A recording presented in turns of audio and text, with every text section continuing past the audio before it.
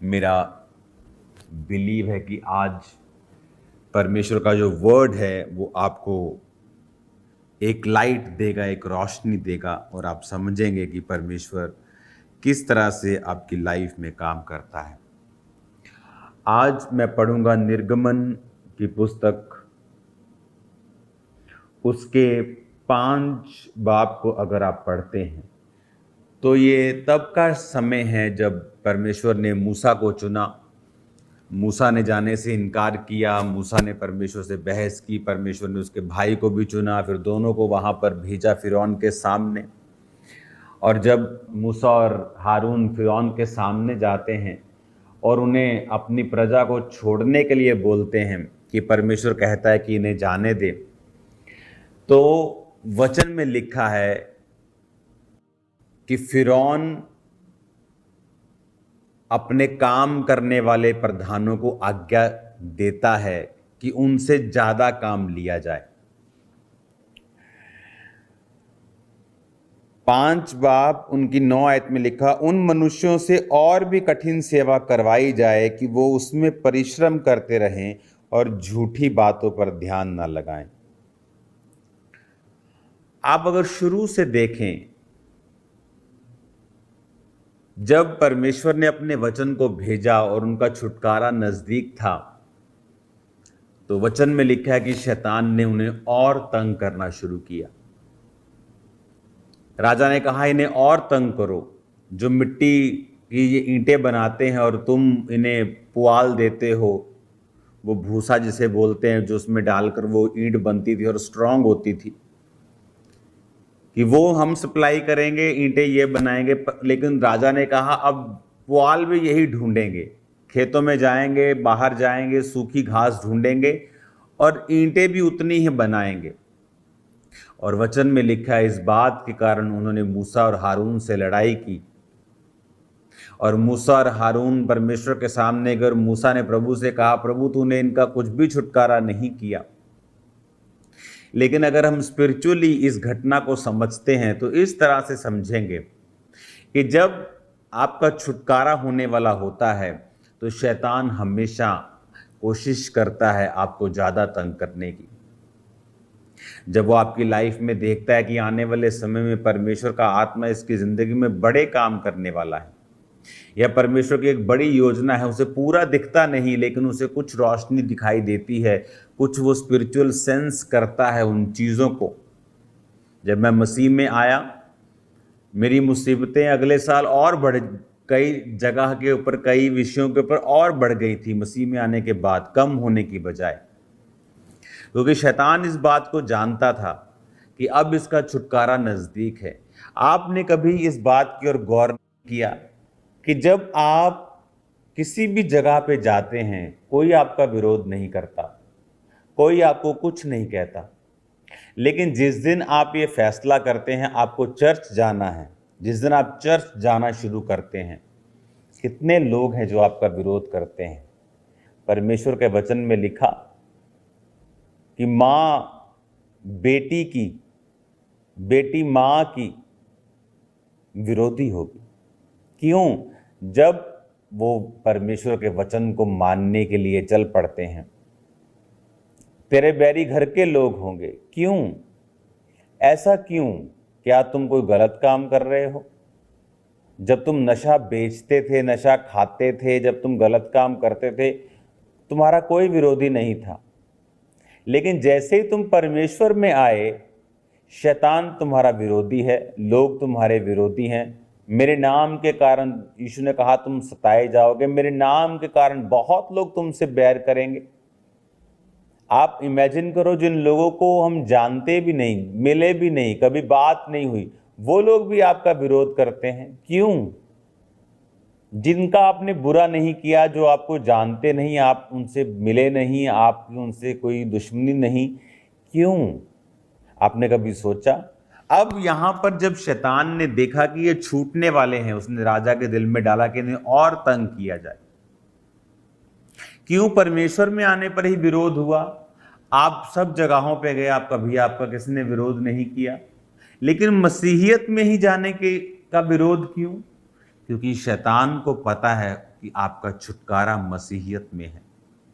उसको पता है कि जब एक व्यक्ति मसीह को अपना जीवन देता है और मसीह के अनुसार, उसके वचन के अनुसार अपनी ज़िंदगी को बिताना शुरू करता है, उसका छुटकारा नज़दीक होता है।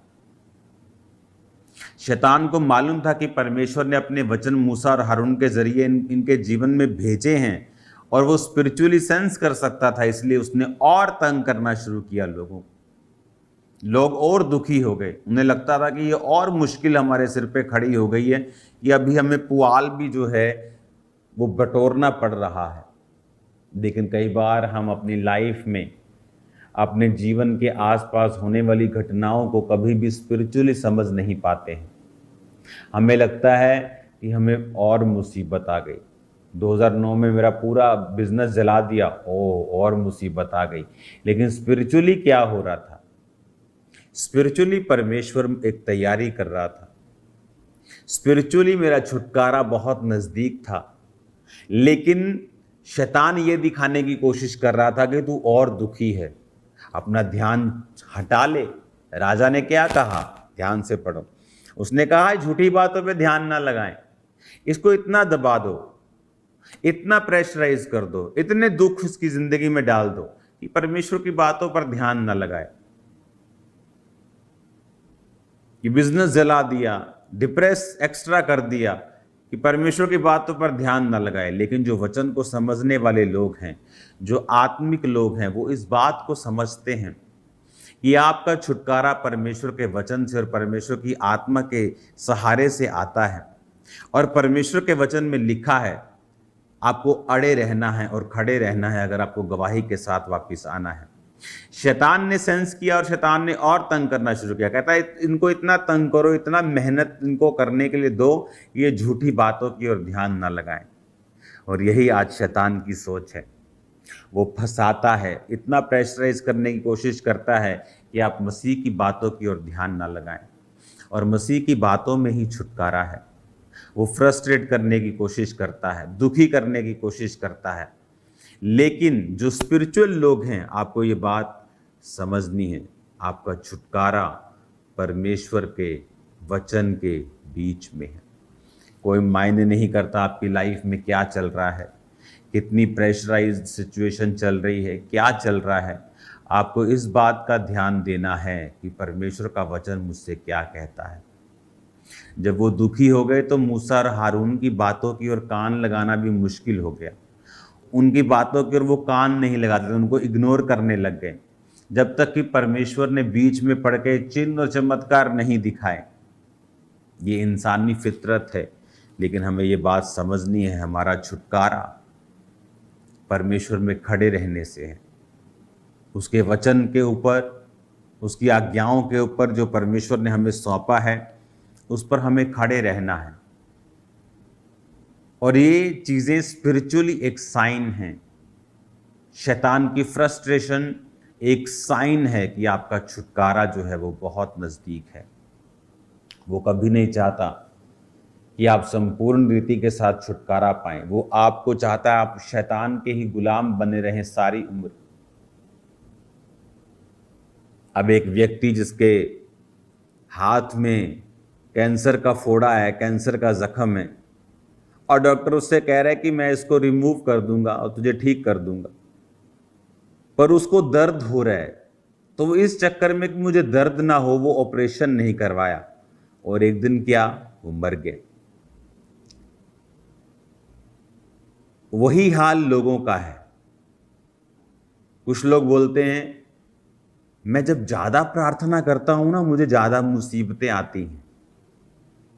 जब मैंने ये सेवकाई शुरू की तो कुछ लोग आके ऐसा बोलते थे मेरे को, उन्हें मालूम नहीं था, क्योंकि जैसे ही वो प्रार्थना करते थे, अब जब आप प्रार्थना करेंगे तो स्पिरिचुअल रिल्म में आपके छुटकारे का परमेश्वर इंतजाम करना स्टार्ट करेगा।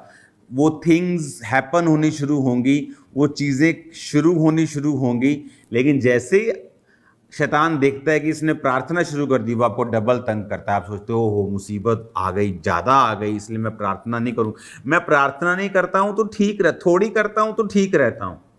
आपके कहने का मतलब है कि कैंसर का फोड़ा अगर मैं छेड़ूंगा नहीं तो ठीक रहूंगा। लेकिन आप कब तक ठीक रहेंगे?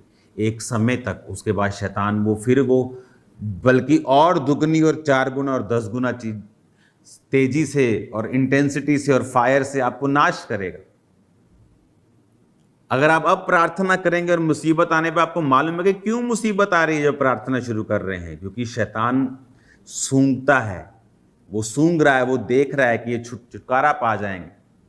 इसलिए जब मैंने प्रार्थना शुरू की, सेवकाई शुरू की, शैतान ने ट्रबल किया, लेकिन मुझे मालूम था कि अगर मुझे यहाँ खड़े रहना है, इस पोजीशन पे अड़े रहना है, तो परमेश्वर मुझे आगे लेके जाएगा।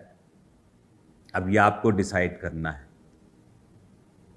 कि आपको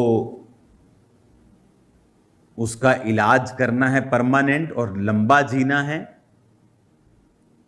उस जख्म का, उस शैतान का, या आपको उसके साथ कॉम्प्रोमाइज करके एक समय फिर अपनी डिस्ट्रक्शन का और अपने उजाड़ का इंतजार करना है। यीशु ने कहा जो मुझे देखेंगे वो जीवन पाएंगे। अब आप क्रूस की ओर देखेंगे, आप जीवन पाएंगे, आप उसको ग्रहण करेंगे, अनंत जीवन आपका होगा। वो जीवन शारीरिक भी है, वो आत्मिक भी है, वो हर एक चीज का है जो परमेश्वर ने आपको दिया है। मानसिक रूप से मरे हुए लोग, फाइनेंशियली मरे हुए लोग, आप सब प्रकार का जीवन पाएंगे परमेश्वर से। करना क्या है? अपने छुटकारे के लिए प्रार्थना करनी है। जब शैतान आपको दुखी करे तब भी बने रहना है, विरोध हो बने रहना है, क्योंकि शैतान को दिखता है। प्रॉब्लम यह है विश्वासी को नहीं दिखता। उसे दिख रहा है, देखो, विश्वासी को नहीं दिख रहा। इसीलिए जब मुसीबतें आती और परीक्षाएं आती वो बहक जाते हैं। अपनी आंखों को बंद करके प्रार्थना करेंगे, पिता आज तेरा वचन इनको सुरक्षा दे। जितने लोग परीक्षाओं में हैं, दुखों में हैं, तेरा आत्मा उन्हें छुए। सब प्रकार की बीमारियां इनके जीवनों को छोड़ के जाएं। पिता जितने विश्वास में हैं आज चंगे हों, इनकी हड्डियां, इनकी मांसपेशियां, ब्लड के इनके एक एक रोग को मैं डांटता हूं, यीशु के नाम में इनके जीवनों को छोड़ के जाती रहें। फॉरेन ब्रांच में देख रहा हूं आपके जो फैमिली है वो जैसे जब ट्रेडिशनल लोग होते हैं, ट्रेडिशनल का काम होता है, जैसे किसी स्टेट के ट्रेडिशन को दिखाना, और वो आपका बिजनेस था आपकी फैमिली का, और परमेश्वर का आत्मा आपको छू रहा है अभी और आपकी लाइफ में बड़े काम कर रहा है। एक व्यक्ति को मैं देख रहा हूं, सुधीर, मैं नहीं जानता ये ऑनलाइन है या किसी ब्रांच में बैठा है। परमेश्वर का आत्मा तेरे पेट के हिस्से में कार्य कर रहा है और तेरे साइड की पसलियों के नीचे वो कार्य कर रहा है। राइट नाउ अमृता, परमेश्वर का आत्मा तुझे छू रहा है।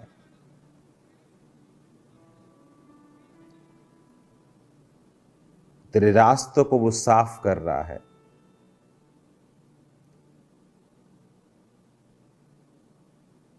मैं आपके रिश्तों पर से, मैरिड लाइफ पर से कंफ्यूजन्स को खत्म होता हुआ देख रहा हूं। आज आपके ऊपर जब ले हैंड होगा रुमाल के साथ, बहुतेरे आशीषित होंगे और शैतानी काम आपकी जिंदगियों से खत्म होंगे। परमेश्वर का आत्मा आपको सेम नहीं रहने देगा। अपने हाथों को उठाओ। खुदावंद, जितनों ने आज बीजों को बोया, टाइथ को बोया, तेरे वचन में लिखा है कि तू डैम गेट खोल देगा, यानी पीछे तो पानी है लेकिन आगे नहीं, लेकिन जो टाइथ देते उनके आगे भी तू पानी को खोल देगा और वो ब्लेस्ड होंगे। पिता, अपनी आशीष के दरवाजों को खोल और उन्हें आशीषित कर, इनके रास्तों को ओपन कर। छोटे बच्चों को मैं देख रहा हूं बहुत से रोगों में, जो आज खत्म कर रहा है परमेश्वर का आत्मा। खासकर जो ब्रांचेस में लोग बैठे हैं, फॉरेन ब्रांचेस में, अपने हाथों को उठाओ। Thank you Jesus. आज जिन पर ले हैंड वो सेम न रहें, सब बीमारियां दुष्ट आत्मा इनको छोड़ के जाती रहें। तेरा आत्मा इन्हें ब्लेस करे प्रभु यीशु के नाम में, आमीन।